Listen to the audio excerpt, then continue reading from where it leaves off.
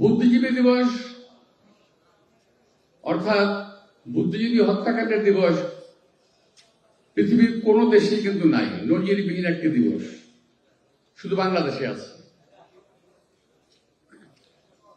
এবং সবচেয়ে দুর্ভাগ্য কি জানেন, পাকিস্তানিরা সারা বছর বাংলাদেশের জনগণকে যুদ্ধের নামে হত্যা করেছে, কিন্তু তারা কোনো বুদ্ধিজীবীর গায়ে কিন্তু হাত দেয় নাই, বিশেষ টার্গেট করে। ওই সময়ে 14 তারিখে একটা বিশেষ দিন বেছে নিল আল বদর রাজাকার বাহিনী, ওরা আল বদর রাজাকার আল শামস এরা, এবং বেছে বেছে এই দেশের জ্ঞানী গুণী ব্যক্তিদেরকে তারা হত্যা করল। কোন একটা জায়গায় পড়েছিলাম যে কোন একজন রাজা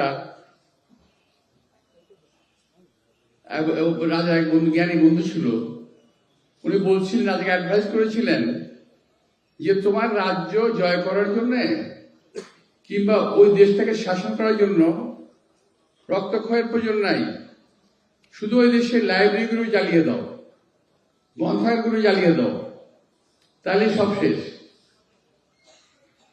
বাংলাদেশেও একইভাবে বুদ্ধিজীবীদের হত্যার মাধ্যমে তারা বাংলাদেশের জ্ঞান গরিমা সমস্ত কিছু ধ্বংস করতে চেয়েছিল। সেই ক্ষতি কিন্তু আমরা আজও স্বাধীনতা পরবর্তী সময় আজ পর্যন্ত আমরা কিন্তু পুষিয়ে উঠতে পারি নাই। আমাদের কিন্তু সেই ক্ষতি এখনো পূরণ হয় নাই। নজরুল ভাই কিছুক্ষণ আগে কথা বলে গেছেন একটা, যে আমাদেরকেও এখন আবার নতুন করে সজ্জিত হতে হবে, কিন্তু পারবো কি আমরা জানি না, ভবিষ্যৎ বলতে পারবে। যে চক্রান্ত শুরু হয়েছে বাংলাদেশে, তাতে বাংলাদেশ আগামীতে ঘুরে দাঁড়াবে, এটা কিন্তু সম্ভাবনা স্তীমিত হয়ে আসছে ধীরে ধীরে। যখনই বাংলাদেশ কোনো সম্ভাবনা দিয়ে এগিয়ে যায়, তখনই চলে আসে একটা পর একটা হত্যাকাণ্ড। শহীদ রাষ্ট্রপতি জিয়া রহমানকে হত্যা করা হয়েছিল, আমি আজকে তাকে স্মরণ করছি, ওনাকে হত্যা করা হয়েছিল যখন বাংলাদেশ এগিয়ে যাচ্ছে। 3.5 বছরের রাজনীতিতে শহীদ রাষ্ট্রপতি জিয়া রহমান বাংলাদেশকে যা কিছু দিয়েছিলেন, আজকে ওনার শাহাদাতের পর আজ পর্যন্ত বাংলাদেশের কোন রাষ্ট্রনায়ক রাষ্ট্রপ্রধান একমাত্র দেশনেত্রী বেগম খালেদা জিয়া ছাড়া আর কেউ দিতে পারে নাই। এই বাস্তবতাটাকে অনেকেই মানতে চান না, স্বীকার করতে চান না।